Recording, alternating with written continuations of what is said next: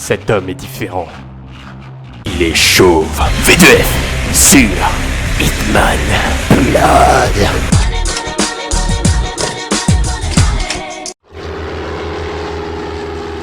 Aujourd'hui, nous sommes au Chili et nous avons deux cibles. Fernando Delgado et Manuel Delgado. Oh, regardez, c'est pas mignon les deux qui s'aiment. Père et fils. Enfin, je crois. C'est-à-dire que le briefing de la mission, j'ai pas lu. LOL. Comme vous pouvez le voir, je suis un professionnel. La première chose que j'ai remarqué dans ce niveau, c'est qu'il faut éviter cette zone. En effet, il y a une équipe télé. 47 va vous le montrer avec ses lunettes. 47, qu'est-ce que...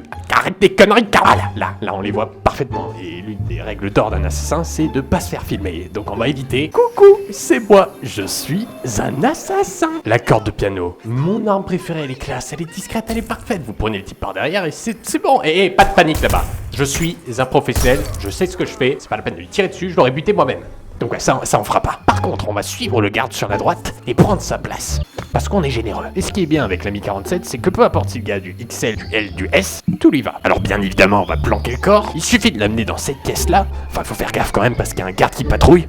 Ah bah, il est là. Coucou. Au revoir. On va attendre un peu. Ok, dès qu'il est parti, on peut passer tranquillou. Et là-bas, il y a un coffre. Et devinez ce qu'on va faire? On va mettre le corps dedans. Et histoire d'être à fond dans le roleplay du garde, j'ai décidé de reprendre son arme. Et là, je me suis aperçu que tous les gardes avaient seulement 2 munitions dans leur joujou. Ok, on est à Stalingrad, pas au Chili en fait. Bordel, le réchauffement climatique fait chaud. Maintenant que je suis garde, j'ai le droit d'aller dans la cour intérieure. Mais on me refuse toujours l'accès à la maison de la cible. Ce qui est embêtant. Désolé mon gars, je peux pas te laisser rentrer avec un bob aussi dégueulasse. Bon, c'est pas grave. Parce que 3 mètres plus loin, il y a une gouttière à laquelle on peut monter qui nous amène directement dans la chambre de la victime. Ha! Et regardez-le en train de jouer. De jouer de l'air.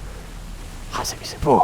Pas aussi beau que ce solo à la corde de piano. Et là, vous me dites, mais Victor, il faut cacher le corps. Mais non, y a pas besoin, regardez. Le coupable est désigné. C'est le violoncelle. Regardez, il est en train de le transpercer. Bon, on peut partir tranquillement. Sauf que j'ai oublié ce garde là-bas. Et que j'ai oublié de sauvegarder aussi. Et qu'il faut que je recommence tout. Espèce d'enfoiré, tu vas mort. Bon, on fait gaffe à ce foutu garde. On attend qu'il passe.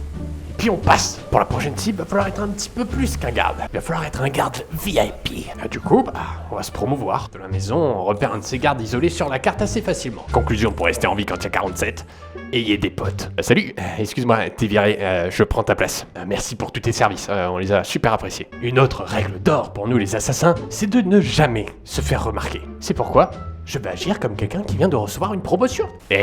Mec, qui c'est qui a été promu? C'est Bibi. Qui c'est qui a pu un bob mais une super belle casquette? C'est Bibi. Voilà, parfait. Et là, vous vous demandez peut-être pourquoi est-ce que je balance des pièces par terre comme ça à intervalles réguliers. Eh bien, ça vient d'un livre d'assassin, Le Petit Poucet, que j'ai lu il y a un petit moment. C'est en fait pour retrouver mon chemin au cas où si je me perds. Malin, hein? Il est maintenant temps pour nous d'accéder au laboratoire secret. Pour ce faire, on emprunte un petit passage à l'arrière de la maison. D'ailleurs, je veux pas dire, mais niveau normes de sécurité, heureusement que je suis qu'un assassin venu pour vous buter et pas un inspecteur, hein. Maintenant, on prend l'ascenseur qui se trouve en bas. Nous y voilà, plus qu'à trouver la cible. Ce dernier se trouve dans la partie réservée aux touristes, là on leur fait toutes les visites. Comme je l'ai dit, ne jamais se faire remarquer. Je suis un bleu, donc je dois faire une erreur de bleu. Marc, tu leur as fait visiter le laboratoire secret? Les touristes, venez par là, regardez un petit peu là-dedans. Putain, on a un laboratoire secret, on fait de la drogue et tout, mais c'est génial. Malin, hein? Et là, regardez un petit peu qui c'est. Mais c'est Miguel. On va lui dire bonjour. Miguel, j'étais embauché pour vous buter. Bonne journée. Alors il me semble qu'il y a 2 manières de s'y prendre. Soit on lui fait tomber un truc sur la tronche. Pour ce faire, il va falloir poser une bombe ici. Le seul problème, c'est que le garde à côté n'aime pas trop ça. Oh, c'est un 50 centimes que j'ai entendu là. Adios amigos. Et voilà.